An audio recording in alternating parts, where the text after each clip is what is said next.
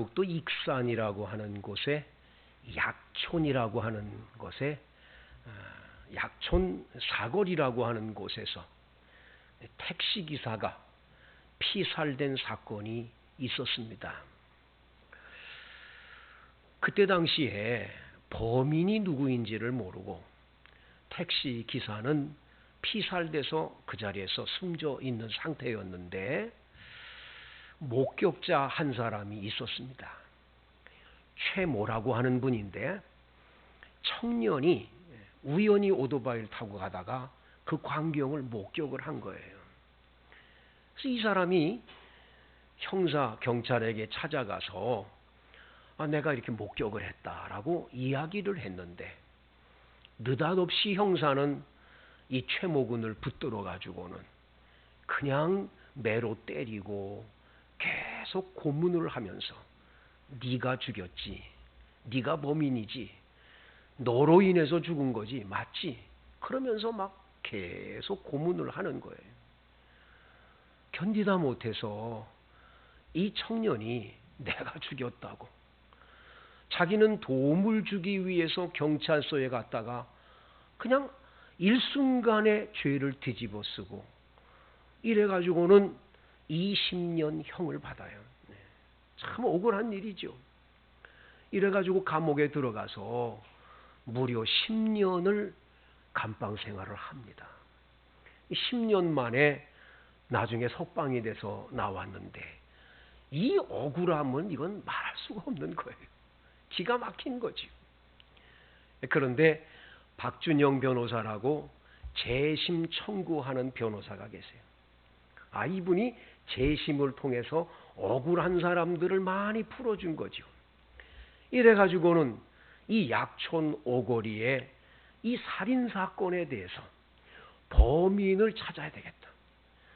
진짜 범인이 누구인가? 나는 아닌데. 너무 억울하니까. 이래가지고 변호사하고 하나하나 다 찾아가지고 나중에 재심 청구가 됐는데 알고 봤더니 이 청년이 범인이 아니고 이미 한 사람이 자신이 범인이라고 형사에게 가서 이 자수를 했던 거예요.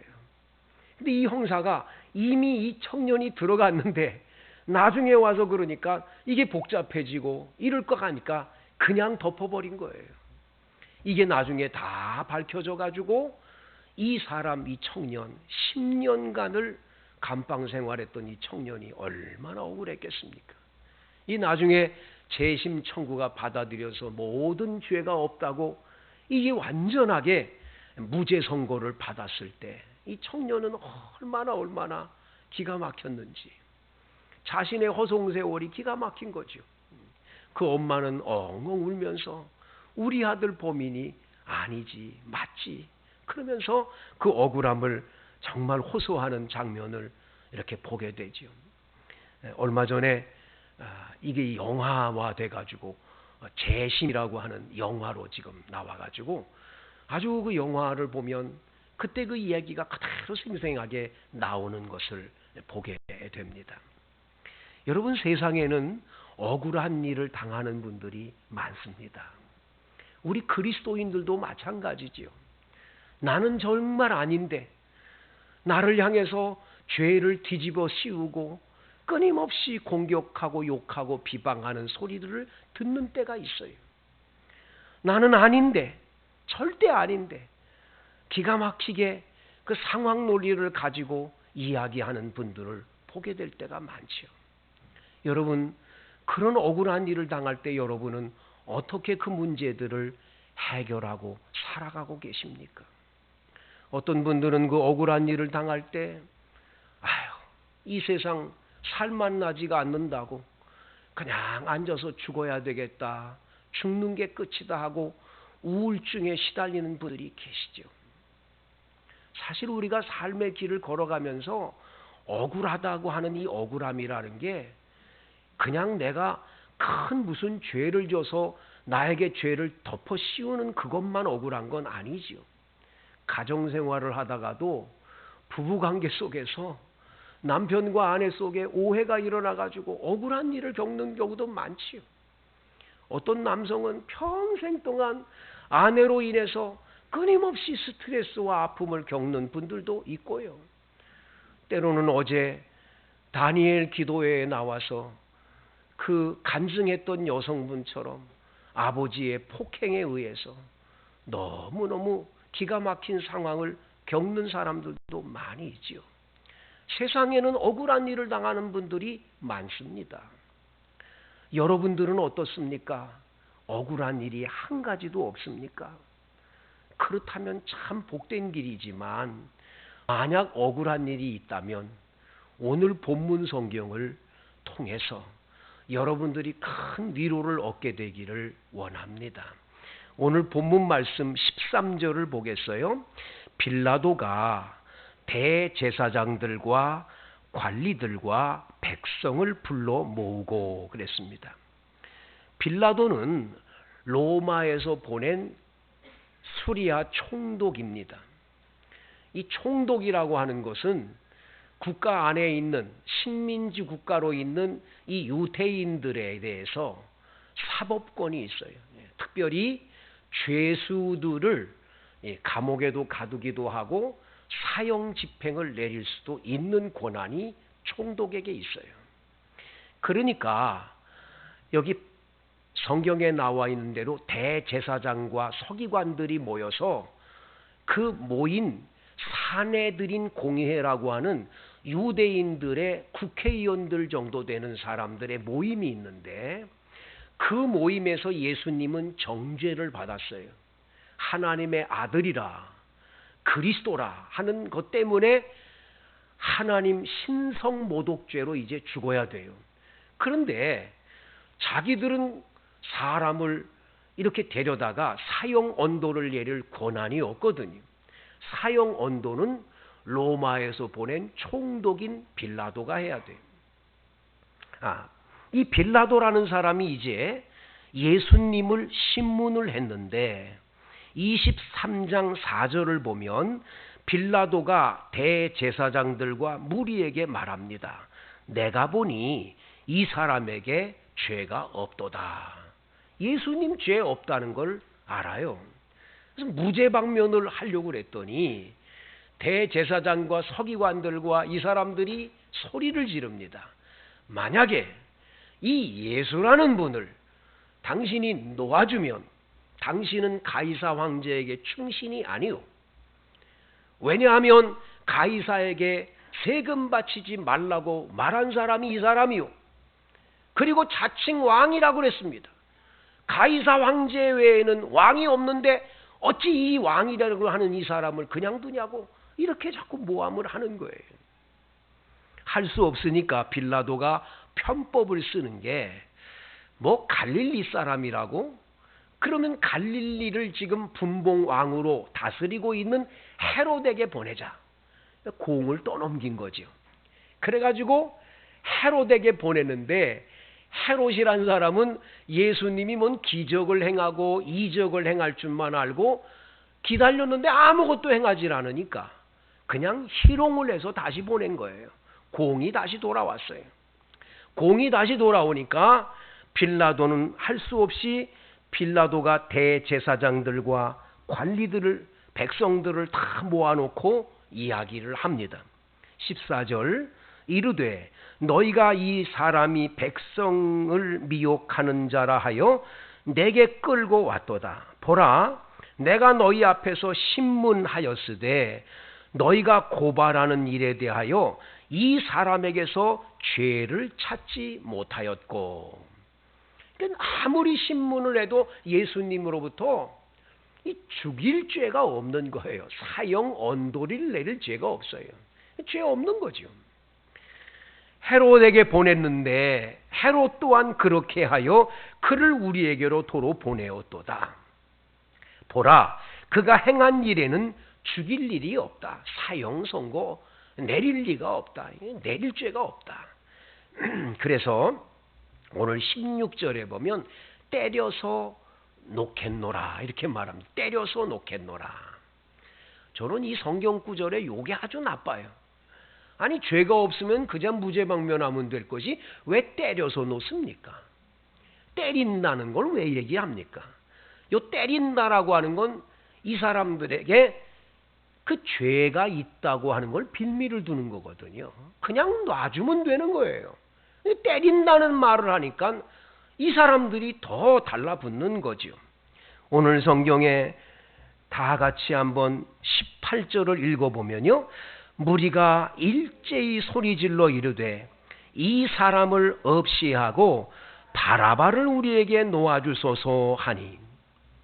여러분, 마태복음 27장과 마가복음 15장 16절, 요한복음 18장 39절 40절에 보면 요때에 어떤 일이 있었냐면 이 빌라도라는 이 사람이 밀제히 사람들이 막 소리를 지르니까 저 사람을 죽이시오, 저 사람을 죽이시오, 십자가에 못 박으시오 소리 지르니까 이게 데모가 일어날 것 같아요. 그러니까 빌라도가 어떤 편법을 한 번 더 쓰냐 하면 유월절이라는 유대인의 명절이 되면 죄수 한 사람을 무죄방면하는 그러한 전례가 있어요.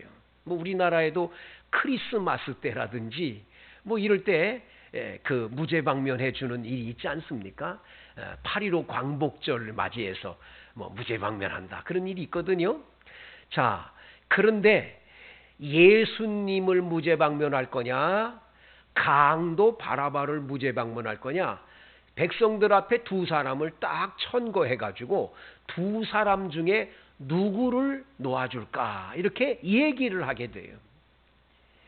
그렇게 되면 백성들은 당연히 강도짓하고 사람을 살해했던 이 바라바라고 하는 이 사람을 사람들이 선택할 리는 만무죠. 예수, 저분은 죄가 없으니까 살려줄 거라 생각을 하고 이걸 말했던 거예요. 그런데 여러분, 백성들은 그렇지 않아요. 오늘 성경 말씀에 보면 일제히 소리질러 말합니다.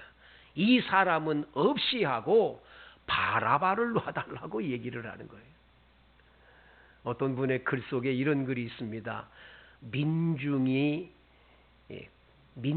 소리가 민주주의 소리라 말하지만 민중이 다 선은 아니라 그런 얘기를 합니다. 이렇게 나쁜 일에 사람들이 막 강도짓하고 못된 짓한 바라바는 놔주고 죄 없는 예수님은 십자가에 못 박으라니, 이런 억울한 일이 어디 있습니까, 여러분? 바라바는 성중에 일어난 밀란과 살인으로 말미암아 옥에 갇힌 자라고 여기 덤으로 기록해 놓은 것을 보게 됩니다. 빌라도는 예수님을 놓고자 하여 다시 그들에게 말합니다. 그렇지만 그들은 소리를 질러요. 십자가에 못 박아서, 십자가에 못 박게 하소서. 계속 소리를 지릅니다. 여러분, 군중이 막 소리를 지르면, 이 데모 같은 이 데모 대열이 막 소리를 지르면 굉장히 무서운 거거든요. 이 빌라도는 굉장히 지금 아주 사면초가에 놓여 있게 됩니다. 분명히 예수님 죄 없어요. 그럼 놓아주면 되는데, 놓아주면 이 사람들이 막 소리를 지르고 데모를 할 것 같아요. 그렇게 되면 나중에 놓아준 이것 때문에 이 군중들이 소요를 일으킬 것이다. 그래서 막 소요를 일어내서 이 데모가 되면 로마 군병들이 몇 사람을 죽였다, 뭐 이런 사건이 나타나면 나중에 본국인 로마 나라의 가이사 황제에게 이게 보고가 될 거고, 보고가 되면 그거 왜 무죄방면을 했느냐, 또 이런 얘기가 나오면 자신이 지금까지 어렵게 이뤄놓은, 여기까지 올라온, 총독의 자리에까지 올라온 자신의 이 직이 굉장히 위태한 거예요. 그러니까 이 총독의 직을 유지를 하기 위해서 죄 없는 예수님을 십자가에 못 박도록 내어줄 거냐, 아니면 내 자리가 위태해도 나는 내 양심의 소리, 그리고 내가 분명히 보기에 이 사람 죄가 없다는 게 분명하니까 내가 이 양심의 소리와 이 법에 의해서 이 사람을 놓아줄 건가 하는 이 양자택일의 지금 자리에 서게 돼 있는 거죠. 22절, 빌라도가 세 번째 말하되 이 사람이 무슨 악한 일을 하였느냐, 나는 그에게서 죽일 죄를 찾지 못하였나니 때려서 놓아주겠다. 다시 한번 세 번째 말을 해요. 죄 없다는 걸 세 번째 말하는 거예요. 그러면 백성들이 죄 없다면 알았습니다. 그러고 돌아갈 것 같은데 그렇지 않아요. 그냥 소리 지르고 소리를 지르는데 오늘 본문 말씀에 이렇게 나옵니다. 23절 그들이 큰 소리로 재촉하여 십자가에 못 박기를 구하니 그들의 소리가 이긴지라. 그들의 소리가 이겼어요. 결국은 그들의 소리가 이겼다는 얘기는 백성들이 십자가에 못 박으라고 소리를 지르는 그 소리에 의해서 빌라도가 양심의 소리, 죄 없다는 게 분명한 그 소리, 그거는 포기해버린 거예요. 그리고 민중이 원하는 대로 악한 것을 선택해 가는 장면을 보게 되죠. 결국 오늘 빌라도는 그들이 구하는 대로 언도를 합니다. 그리고 그들의 요구대로 밀란과 살인으로 말미암아 옥에 갇힌 자인 바라바는 놔주고 예수님은 십자가에 못 박도록 내어주는 것이 오늘 본문에 나와 있는 거예요. 참 안타깝지요. 예수님 죄가 없다는 걸 알면 무죄방면해야 될 건데 그렇지 아니하고 끝까지 백성들의 소리를 결국은 이기지를 못하고 빌라도는 결국은 이렇게 잘못된 판단을 내리는 장면을 보게 됩니다. 요즘 나오는 젊은이들이 쓰는 단어 가운데 새로운 단어 하나가 나왔는데 여러분 아세요? 이 오피스 빌런이라고 하는 단어를 요즘 많이 씁니다. 오피스 빌런. 오피스라는 말은 사무실이잖아요. 빌런이라고 하는 단어는 악동, 말썽꾸러기 뭐 이런 뜻입니다. 그러니까 사무실 안에서 악동 노릇을 하고 말썽을 피우는 사람을 말하는 거지. 오피스 빌런.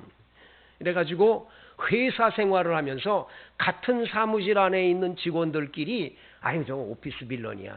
저거 오피스 빌런이야. 이런 말을 쓴다는 거예요. 오피스 빌런, 악동이 있어요. 이 사무실 안에서 같이 회사를 위해서 열심히 사무실에서 같이 마음을 모아서 일을 하는데 꼭 그 안에서 말썽을 피우는 거예요. 남 마음 아프게 하고 뒤에서 딴지 걸고 뒷담화하고 뭐 이런 문제들을 많이 일으키고 자기들은 싹싹 빠져나가고 남들에게 어려움만 자꾸만 갖다 주고 이런 사람이 꼭 사무실 안에 있거든요. 이 오피스 빌런인데 잡코리아라고 하는 이번에 그 잡지 회사에서 셀러리맨들 직장인들에게 설문조사를 했더라고요. 그래서 오피스 빌런의 유형 가운데 어떤 사람이 제일 싫은가? 어떤 유형이 제일 싫은가? 1위가 뭔 줄 아세요?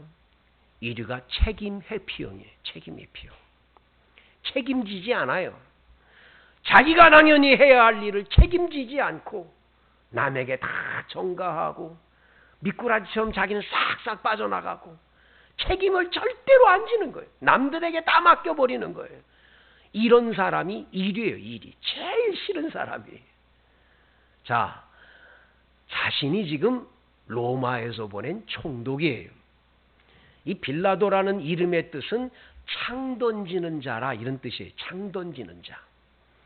이 사람이 아마도 군인으로 나가서 싸움 전쟁터에 나갔을 때 제일 앞에서 창을 던지는 자가 돼서 용감하게 싸워가지고 이게 군인으로서 점점 높아져서 나중에는 수리아의 총독까지 올라왔어요. 가진 고생을 다해서 여기까지 올라왔어요. 자, 이 자리에 올라와서 이제는 자기의 고난에 의해서 죄 없는 자는 죄 없다고 말해줘야 돼요. 죄 있는 자에 대해서는 당연히 죄가 있으니 그 죄의 벌을 받아야 된다고 말해야 옳은 거예요. 그런데 자기 자리가 위태하다고 죄인이 아닌데도 죄인으로 십자가에 못 박게 내어준 건 책임 회피죠. 직무유기죠. 이건 아주 잘못된 거죠. 여러분, 우리들이 이 빌라도를 보면서 느끼는 게 뭐냐? 빌라도라는 사람이 이렇게 언도를 내려서 끝났다. 끝난 것 같습니까? 여러분, 요한복음의 18장에 보면 무슨 얘기가 나오냐면 부인 되시는 분이 와요. 이 빌라도의 부인이 와가지고 어젯밤 꿈속에 이 예수라는 사람 때문에 아주 어렵다고, 상관하지 말라고. 이 말은 뭐냐면 무죄방면시키라고 그런 얘기예요. 여러분, 이 남자들은요, 부인의 말을 잘 들으면 자다가도 떡이 생기는 거거든요.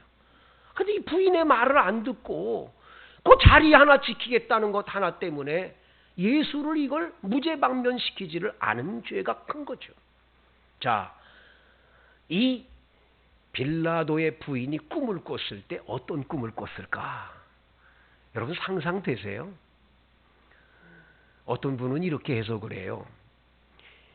2000년 기독교의 역사 가운데 매주 주일날마다 예배 시간에 사도신경을 암송하는데 본디오 빌라도에게 고난을 받으사 십자가에 못 박혀 죽게 하시고 죽으시고 하는 이 고백을 끊임없이 하는데 한두 사람이 아니라 전 세계 여러 나라의 모든 그리스도인들이 이 고백을 하니 이 본디오 빌라도의 이 이름이 얼마나 불명예스럽고 천추의 이 한이 될 인생으로 이게 마감한 거죠.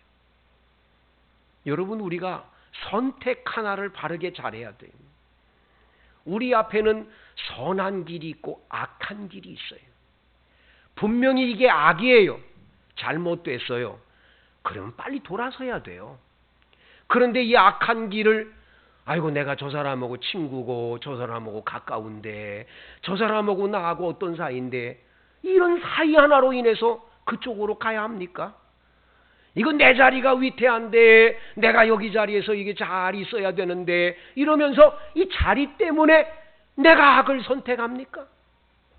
이게 잘못되는 거죠. 이거야말로 책임 회피고 이거야말로 이게 중요역인 거예요. 잘못되는 거예요. 여러분, 우리의 삶에는 복된 길과 이 멸망의 길이 있어요. 영생의 길이 있어요. 복된 길이 있어요. 영원한 축복을 받는 그 길이 있어요. 항상 우리 앞에는 두 갈래 길을 쭉 이야기해요. 성경은 이 두 갈래 길을 끊임없이 계속적으로 말하죠.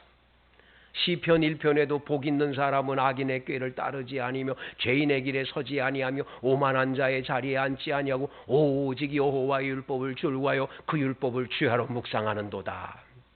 저는 시냇가에 심은 나무가 시절을 쫓아 가시를 맺으며 그 잎사귀가 마르지 않으면 그 행사가 다 형통하리로다 했어요. 근데 그 다음 절이 뭐예요? 악인은 그렇지 않으며 오직 바람에 나는 겨와 같도다. 이 악인의 길은 여호와께서 인정하지 않으시고 악인의 길은 망한다는 말을 하시는 거예요. 두 갈래 길이 있어요. 두 갈래 길. 여러분, 하나님이 세상을 이처럼 사랑하사 독생자 예수님을 보내주셨고 그 예수를 믿는 자마다 멸망하지 않고 영생을 얻어요. 그런데 믿지 아니하는 자는 정죄를 받는다고 했어요. 두 갈래 길이 있어요. 우리 삶에는 언제나 이 두 갈래 길이 항상 있어요. 선택은 누가 하냐? 내가 하는 거예요. 내가 어느 길을 선택하느냐가 굉장히 중요해요. 여러분, 신앙생활하다가 꼭 기억하세요. 이게 선한 길인가 악한 길인가가 딱 나오거든. 선한 길을 철저하게 선택하세요. 괜히 미적거리고 여기 갈까 저기 갈까, 내가 이 자리가 이거 있다가 이거 잘못되는 건 아닌가, 여기 있다가 내가 혹시라도 해는 안 받는가, 남들이 뭐라 그러지 않을까, 저 사람하고 나하고 친구인데 가다가는 끝장인 거예요. 여러분, 선이 중요해요. 하나님께서 원하는 길이 중요한 거예요. 그 길을 선택해가면 틀림없어요. 주께서 약속하신 은혜와 복이 임할 줄로 믿습니다. 두 번째, 오늘 본문에서 아주 중요한 것, 억울함을 당한 예수님의 모습을 보지요. 예수님 죄 없다는 것을 뻔히 알아요. 그리고 죄 없다는 말을 3번씩이나 빌라도의 입으로 얘기를 해요. 이 사람은 죽일 죄가 없다. 이 사람은 죄인 아니다. 죄 없다. 분명히 얘기를 했으면 예수님은 죄 없는 자이기 때문에 십자가에 못 박혀 돌아가실 이유가 없어요. 그런데 십자가에 못 박혀 내어주게 돼요. 이런 억울함이 세상에 어디 있습니까, 여러분? 사실 설교서두에 말씀드린 대로 여러분들과 저의 삶에는 억울한 일을 많이 겪게 되지요.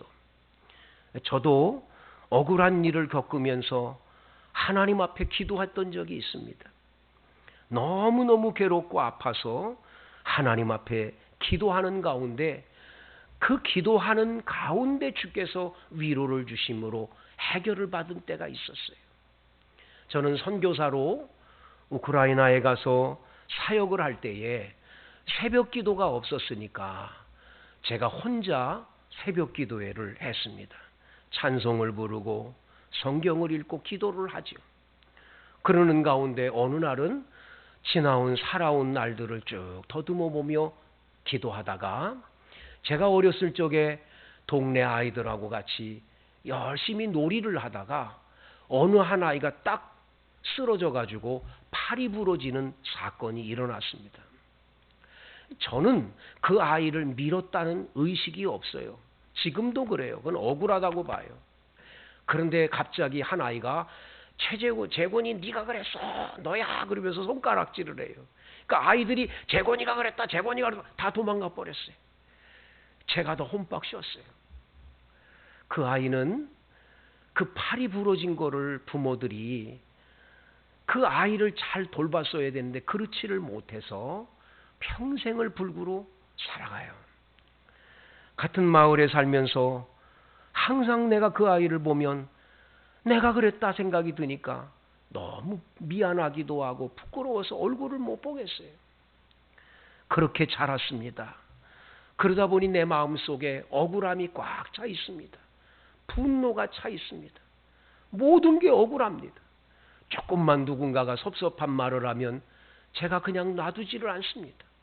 막 마음의 분노가 나오게 됩니다. 그러니 주변 사람들이 얼마나 힘들었겠어요. 저 때문에. 삐뚤어진 그런 인격체를 갖고 있었던 거죠. 그런 채로 우크라이나까지 가서 선교사로 사역을 하니까 얼마나 힘들었겠습니까? 마음에 안 드는 것 투성이고 그냥 우리 아이들이 학교를 다니는데 우리 아이들께 한국에서 가져온 것들이 다 좋으니까 다 훔쳐갑니다. 다 뺏어갑니다. 너무 억울하니까 선교사로서 괴로우니까 막 소리를 지르기도 하고 참 불편한 관계들을 많이 맺었어요. 그날도 기도를 합니다. 하나님, 나를 왜 이런 선교지에 보내서 이렇게 어려움을 겪게 합니까? 하면서 내 분노를 쏟아놓는데 그날 갑자기 환상 중에 그 어린아이들이 모여서 막 노는 광경이 보입니다. 거기 안에 제가 있었어요. 그러다가 한 아이가 쓰러지고 팔이 부러지는 사건이 일어나고 나를 향해서 네가 그랬다고 다 손가락질을 하고 아이들이 가버립니다. 다 내한테 덮어 씌운 거죠. 저는 그 자리에서 아예 그냥 누워서 엉엉 울면서 난 아니야 난 아니야 하는데도 아무도 돌아봐 주질 않습니다. 조금 후에 예수님이 오셨습니다. 하얀 옷을 입은 예수님이 오셔서 누워있는 나를 이렇게 흔들더니 일어나라고 하더니 저를 이렇게 품에 꼭 안아주셨습니다. 그리고 말씀하시는 거예요. 재곤아, 난 알아. 네가 얼마나 억울한지 알아. 난 다 알아. 난 네가 얼마나 억울한지 알아. 얼마나 고생이 많았니? 얼마나 마음이 괴로웠니? 나는 안다. 내가 너를 사랑한다. 예수님 품에서 하염없이 얽어 울면서 저는 주님 고맙습니다. 남들이 다 나를 몰라줘도 예수님 한 분만 아니라고 하면 됩니다. 예수님 한 분만 내가 너를 안다고 하면 됩니다. 나는 그것 하나로 다 어떤 사람도 다 이해할 수 있습니다. 그러면서 주님의 위로를 체험을 했습니다. 그 이후에도 수만 가지 어려운 일을 겪었습니다마는 오늘까지 주님은 변함없이 찾아와 주시고 억울한 일을 겪을 때마다 내가 너를 사랑한다고, 내가 너를 안다고 말씀해 주시기 때문에 버티고 그렇게 행복하게 살아갈 수가 있는 거지요. 성도 여러분, 예수님이 억울하게 죄 없는 몸으로 십자가에 못 박혀 돌아가시는 장면, 이 빌라도가 얼마든지 죄 없으니까 용서할 수 있지만, 아니 무죄 방면할 수 있지만 그렇지 못한 억울함을 예수님이 겪으셨기 때문에 우리의 억울하고 괴로운 문제들을 너끈히 예수님은 해결해 주실 수가 있으십니다. 그분은 오늘도 오셔서 사랑하는 아들아, 내가 너를 안다. 사랑하는 딸아, 힘들지? 내가 너를 안다. 오늘도 그렇게 말씀하시는 주의 음성이 있으니 여러분, 그 음성을 듣고 모든 어려움들을 이겨내시는 주의 종들 되기를 원합니다. 기도하겠습니다.